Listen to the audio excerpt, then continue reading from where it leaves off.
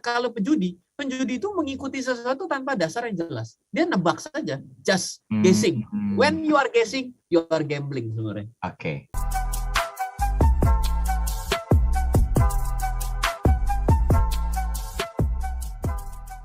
Kita akan bicara tentang hal yang sepertinya ini digadang-gadang masih dipercaya oleh banyak orang tentang investasi. Jadi ada yang bilang kalau judi sama investasi itu sebetulnya beda. Nah, ada juga yang mengatakan ya invest ya judi juga, gambling juga, rugi-rugi juga, ada untungnya juga. Tapi semuanya mungkin akan menjadi lurus kalau kita bahas di perbincangan program Smart Market Insight bersama dengan Mas Ryan Filbert. Selamat malam Mas Ryan. Ya, selamat malam Mas Daryl, selamat malam kepada smart listener dimanapun Anda berada. Is that true Mas Ryan? Investasi dan judi itu sama atau beda? Investasi dan judi itu bisa disebut beda, bisa disebut sama. Oke, kalau lagi rugi, berlaku ya. Nah, kalau lagi rugi dibilang kalau ini bagian dari judi. Kalau lagi untung, wah ini investasi yang berhasil. Jadi Oke, mungkin per definisi kita perlu pilah dua hal ini dulu nih. Kan ini kan ada dua kata yang digabungkan menjadi satu sehingga menimbulkan satu perspektif yang berbeda ya, atau pemaknaan yang berbeda ya Mas Ryan ya. Investasi sejatinya apa dan judi itu sejatinya apa? Kita harus fair melihat dua hal ini. Ya. Silakan Mas Ryan. Ya, dari apa yang saya pelajari, genap sudah 17 tahun, ya kan udah potong kue berkali-kali nih belajar investasi ini dari tahun 2004 sampai hari ini gitu ya. Jadi apa yang saya coba ambil highlight versi saya sendiri sebenarnya memang sangat sulit bagi kita itu mendefinisikan secara terpisah karena kadang-kadang menjadi agak mirip dan kadang-kadang itu ada sedikit hal yang akhirnya nyampe. Jadi kalau saya mau mendefinisikan itu saya definisikan dengan kondisi tiga hal yang berbeda itu dengan wujud yang sama, dengan benda yang sama, yaitu adalah antaranya trading, berdagang, berinvestasi dan berjudi. Saya bilang pakai sebuah analoginya adalah sapi. Kalau saya itu punya analisa bahwa menjelang hari raya biasanya harga sapi itu akan naik. Betul. Berarti saya beli dari agak-agak jauh hari, lalu pada hari H saya jual dan saya mendapatkan keuntungan selisih harga. Maka itu adalah definisi pertama, yaitu adalah seorang pedagang. Karena dia sangat care terhadap harga. Oke, ini adalah pedagang. Loren, saya nggak nanya yang dagang. Iya, nggak apa-apa karena tiga ini mirip sekali, nanti jadi bingung kalau tidak dijawab nih satu temennya. Nah, yang kedua adalah investasi.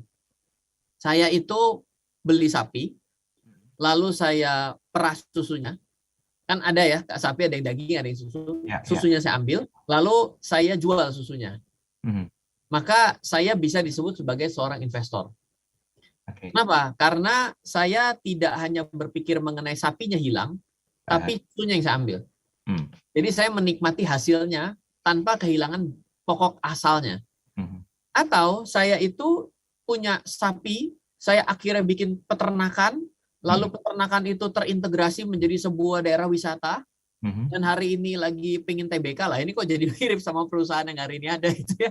Lalu dia mungkin bikin pabrik, pabriknya itu ambil susunya sendiri dari sana, dikembangkan menjadi keju misalnya. Nah, ini investasi. Karena udah ngeblut, bukan hanya berbicara sapinya, tapi adalah bisnis besar. Jadi sesuatu jadi satu. Berarti itu ada unsur penanaman modal di sana, investasi. Tapi yang paling gampangnya investasi adalah yang tadi, yang paling level 1 yang awal adalah saya tidak pernah kehilangan sapinya. Tapi saya menikmati hasil dari sapi itu, yaitu susunya yang saya jual. Nah, orang yang ketiga itu adalah seorang penjudi. Loh, kok bisa penjudi? Dia nggak ngerti sapi itu bisnisnya bagaimana, tapi karena dia ngimpi tadi malam disuruh beli sapi, besok dia beli sapi. Dia tidak tahu gimana jualnya, gimana caranya bisnis sapi, nggak tahu. Pokoknya dia kata ngimpinya nih, oke nih, langsung aja pergi ke tukang sapi, beli dong. Ataupun ternyata dia ngikutin temennya, karena temennya ikutan jual beli sapi, dia ikut-ikutan. Saya ikut, kayaknya oke itu teman saya. Jadi ada spekulasi ada banyak kan unsur tebak-tebakannya tanpa ada dasar analisa. Jadi bedanya dia dengan seorang pedagang. Pedagang itu adalah analisa dan dia memikirkan mengenai harga, dan harga.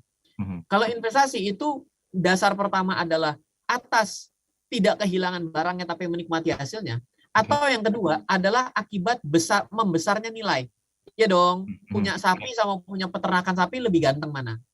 Ya. Punya peternakan sapi. Punya peternakan sapi sama pabrik sapi dan pabrik susu dan pabrik keju lebih ganteng mana? Dan pasti ganteng. Ya.